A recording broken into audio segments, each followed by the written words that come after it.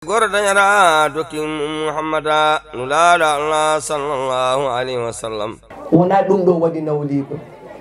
nawli ko wona liggey waɗi ɗum wona bone waɗi ɗum ko rendude arsugaji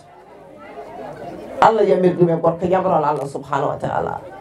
neɗɗo noon ko foti heddade yamrode Allah sa heddima yamrode Allah daña Allah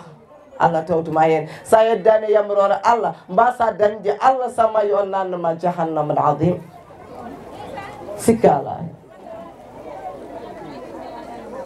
neɗɗo gorko pundaka noon neɗɗo gorko punda wona an tan gojeyi gorko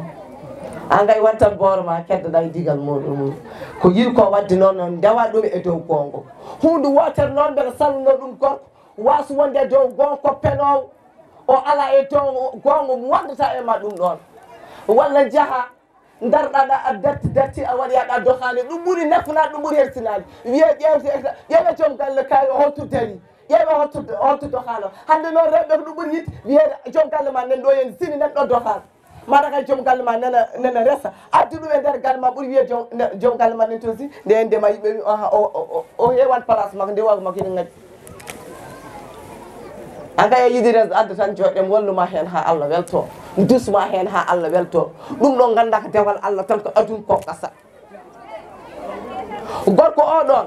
mo gofirɗa Allah desɗe debbo goɗɗo jaggaɗa ligguiɗa mo gofirɗa Allah andi sa maayi oɗon gorko ettowiide gaare gay nanneme nder morgo pewndem kasinem tottem joom o ubbuma o bullorto o weddo oye ɓen ceerno Dawude fof gan balliti ɗum o yaa o rutto o yaa kadi ɗuɗo suuro addu goɗɗo o waɗi hen jettemere haydara an ala ko mbawɗa hen nde wonno hayatu yestamir gurnam continat tan tawana perti adul a perti laaka nawli ga haydara bonani hen haydara harmani hen ina yooɗi ɗi ŋerɗi ke sunna nela sallallahu sallam jeeya in kaani ɗum naane ha joni nela sallam wi man ahya sunnati qada habbani tan gurtiri sunnam jeeyame yiɓe kam min nelaɗo sallllahu alayhi wa sallam ɓayde enen mbiɗen kene yimɓe nelo nela sallllahu alih w sallam wadde ɗeɗo gueɗe poɗɗe ɗum ko acci ɗeɗo gueɗe ko gueɗe mo ganduɗa jofɗe ala battane ndeysan hande mo jiiɗa gorko fof ndeysan reedu mumen wutti koko yarna tan ha yikkote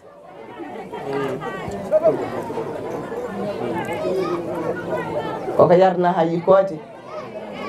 natti wonde to wonno ndimago muɗum serte e muɗum teddugal muɗum serte e muɗum subhanallah skay Allah ƴeewe tan kamɓe ganda nisa o tayyibatu tahirat rewɓe ganda moƴƴuɓe goto fof yinno ko teddugal joom galle muɗum goto fof yinno ko faara joom galle muɗum goto fof kala to dari wiye est ce que joom galle kay kono an hoynat joom galle ma onon tan ndendi beyne sarra'i wa darrahi sutur makko e poɗɗa yiilata cikkita so woyani ma wiya yew joom suudu makko nani ya walla ɓiyi ko nani ya ana daɗata de gujjuma noon so wallimama yiilade wallahi a yitata de gartire hakkillaji e koye moon gandon ko gollotɗon gandon ko mbatton gandon aduna koko gasi ha laaɓi eɗen gandi nela sallallah alih w sallam o ɗalta ko duuɓi ujunaje ɗiɗi tene kay hande fawi ujunere nde fawi te ko seeɗa heddi ganden darge koko daari si mbino darge koko daari way men dendama men fof mbiyata kene juuti nan mayɗa ñanen won dargue ma kala mayɗa ñanen gasi an dargue ma darima wadde aduna holɗum ko jeeyi ɗum ɗo fof ke gueɗe aduna koko acceteɗo hetto tan ko gollal moƴƴal ngal ngal ufata ngal mayta ngal ɗo tan heddoto e nder oɗo aduna wadde hande ne saɗi jiiya debbo ganda hande ndeysan ina jooɗi e suudu muɗum ɓesda ha yew yaltine nangue hoore kella mbiya ko an tan moi et toi et ton chien ɗum wiye ɓiinde feewi ini sa u tahiratu bari atu dañani ɗum on dañde moƴƴuɓe nuru ayni ɓe dañani ɗum mbiya oɗon dañ on gollaki ɗum noon mbiyon debbo ko debbo tan foof mbiɗa wawi ala wona a wawa foof tan wonko heddi wonko ŋardi ɗum ɗo foof ko gueɗe mo ganduɗa kiram e kiram jibinata ko hasidagal so hiri so ɓooyi gontata ka haaside e haaside yiita nanata ko weli ɗum ko tan ɗum won ko waɗata ko yii koye ko gonɗiɗi ko ɗum tan won ko waɗata wiyata kañum tan jogii goonga nawligno sa nawlirama wona a wawa dewgal Allah ko Allah koko hoddiro e ma gila alamol arwah gila al toɓɓa Allah koko hoddinama ɗum jannaki noon nefinaki noon hersinaki jannaki nefinaki hersinaki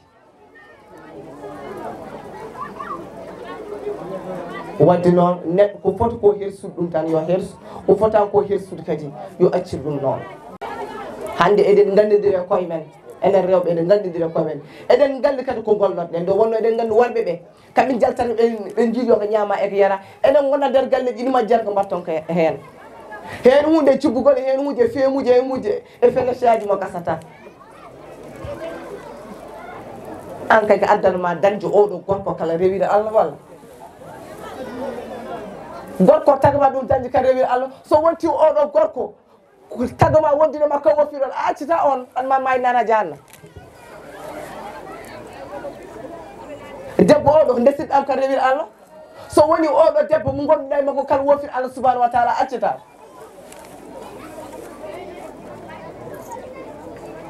dewgal ko dewal Allah wadde noon mbatten hakkillaji e koye men no fewi enen rewɓe eɗen gandidire koye men oɗo kaldowo e meɗen ndi yama taw en ganda ɗum kono noon ene moƴƴino gandemo saabu ko haali ɗo henno ko haalani en ɗo henno ko ɗum tan woni ko Allah haali e deftere he ko ɗum o haali e sunna o ko ɗum kadi julɗo foti haalande julɗo bandum haalde mo ɗum nde noon ine moƴƴi alay sago kanko o foti tan ko haalde saabu nene makko ko jeyaɗo Allah moƴƴo baɗɗo mo hono ndani ni no way ko yumma ko waɗi mo ni so yumma ko waɗimo hono ndani henna noon o ari omo haalda e meɗen yama ma en jii tan oɗo garɗo tan ina haala kono tawa en ganda hol kanko ceerno Mamadou mi salminima sikka ala ha joni no mbiɗen ni tan almuri heddoto tan ke yamaron ceerno Mamadou e wi yomo reftan ɗum ko ñande ko defti noon ko to janggo